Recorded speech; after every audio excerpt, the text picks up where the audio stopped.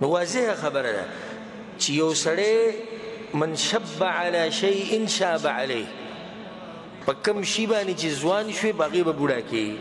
او چې په هغې باندې بوډا شوی ومن شاب علی شیء مات علیه او په کوم شي باندې چې بوډا شوی نو په هغې باندې به مړ کېږي ښه په کوم شي کې به مړ کېږي او څنګه به مړ کېږي او اخره خاتمه به څنګه دا د یېرې خبره ده او د دې علم د چا سره دی د الله سره وما تدري نفس ماذا تكسب غدا وما تدري نفس بأي أرض تموت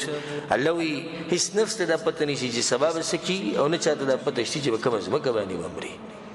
نو چې تا ته دا پته نشي چې کله به مري او په کومه ځمکه به مري نو ولې دې د اعمال بیا پرېښودي دي ولې دا همیشه نه کړي یو سړی وایي زه به په میاشت کې 2 شپې څه کومه قیام اللیل کوم 2 شپې په میاشت کې ښه 2 شپې ده وکړي اوس میاشت بعد به بیا نمبر راځي نو د سره دا علم شته چې زه به کله مرم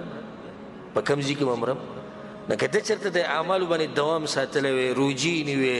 جهادونه نیک اعمال علم عبادتونه دا سلسله جاري وې نو په ده باندې به دا مرګ په داسې وخت کې راغلی وی چې دی به په یو عبادت کې مصروفه وی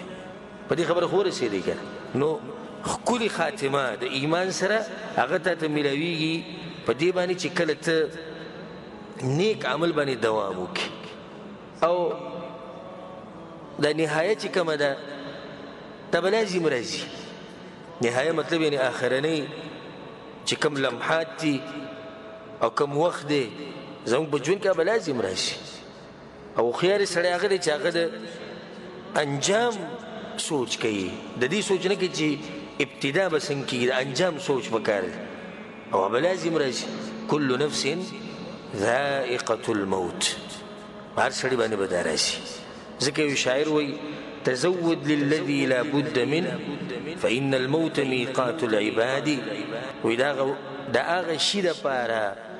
توخه جمع که عمل ډېر که چې کوم چې به لازم راځي ځکه چې مرګ چې دی نو دا د ده ملاقات به لازم د بندګانو سره کېږي دا نیټه به لازم پوره کېږي وتب مما جنيت وأنت حي وكن متنبها قبل الرقاد او توبه وبس د هغه اعمالو نه چې تا کړي دي ګناهونه چې کوم کړي دی توبه وبس او ته ژوندی هوښیار اوسه مخکې له دې نه چې په قبر کې د خلک سم لیوالته دې گزار کړي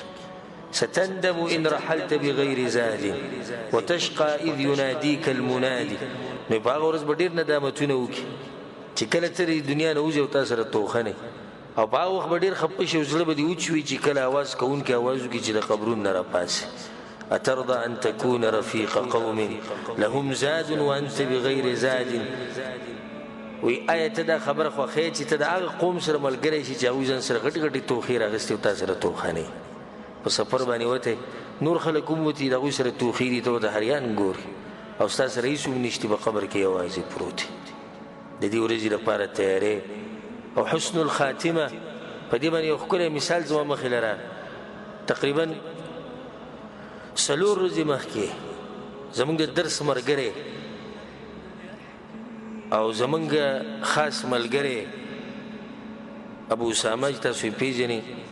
هغه وفات شوی الله سبحانه تعالی یې برحم وکړي او الله سبحانه تعالی د هغه قبر د جنت باغچه وګرځي او الله سره زموږ ملاقات به جنت الفردوس کې وکړي الله دې ورته بدیانې ټولې وبخي او الله دې ورته نیکیانو ښه بدله ورکړي ما خبره سره ونه کړې وه څومره ښکلی مثال پکې راغی دا ملګری د جمعې په ورځ ما په درس کې ولید او د هفتې په ورځ مړ شو د درسونو هغه سلسله د علم د طلب کولو هغه سلسله د مجالس الایمان هغه برخه به یې اخیسته د مرګه پورې د هغې نه قلار شوی نه حالانکې د زړه بیمار وګورئ دا دلته چې کوم ځوانان ناست دي نو دا خبره واورئ او بیا ځان پې وتلی دا داسې انسان چې د ده زړه والونه بند شوي او د هغې اپریشن یې وکړي خو مرګ یې په هغې کې نه و د هغې نه بعد مړ شو دا 2 اپریشنونه که 3 وکړو د هغې نه بعد به هم درس له راته او ناس به خو د ځوانانو په شان دام نه جوړې ډډه به یې لګولې وه اخر خاتمه زه په دې باندې ګواه یم او دا ملګري ټول ګواهان دي او د قیامت پر ورځ به دې ګواهي ورکوو چې یا الله ستا دا بنده موږ بار بار لیدلی چې ستا په کور کې به ناست و د بیمارۍ په حالات کې د زړه بیمار و خو قرآن او حدیث به یې اورېدو د هغې لپاره به ډېر لرې نه راته و د سنه جدیده نه ښه د هغه دنیا نه به راته و دا کوم چې دې خوا او شا کې اوسېږي دوی ته موږ وایو واورئ د هغه ځای نه به را روان ګواهي ورکوو موږ په دې باندې چې د آخري وخته پورې هغه په توحید باندې د رسول صلی په سنتو باندې مضبوط خو څومره غټه فایده ورکړه دې اعمالو هغه ده چې هغه مرګ هم په هغه اعمالو کې راغی یوه دویمه فایده نن چې د هغه د تذکیره دلته کېږي نو دا هم د دې د لاسه کېږي یعنې په قبرونو کې ډېر خلک پراته دي زموږ نږدې خپل خپلوان مړه شوي دي او مړه کېږي لګیا دي او مري به موږ چې تذکیرې نه دي کړي په داسې مجلسونو کې او دا یو انسان چې نه زما خپل او نه زه خپل ومه او نه ما بغیر د دین نه پېژندو او نه زه بغیر د دین نه پېژندمه رشته د دین وه نن چې د هغه تذکیره کېږي او دا خلک په هغه پسې خفه دي او هغه دپاره دعاګانې غواړي د دې وجه دا ده چې هغه سړی د الله په دین باندې مین و ځان یې محتاج ګڼو د الله دین ته همیشه به د الله په دین پسې ګرځېدو کوم ځای کې به درس و هلته به روان و سره دي چې عمر یې زیات و سپین ږیری هم و بیمار هم الله سبحانه تعالی دې برحم وکړي الله سبحانه تعالی داسې طاقت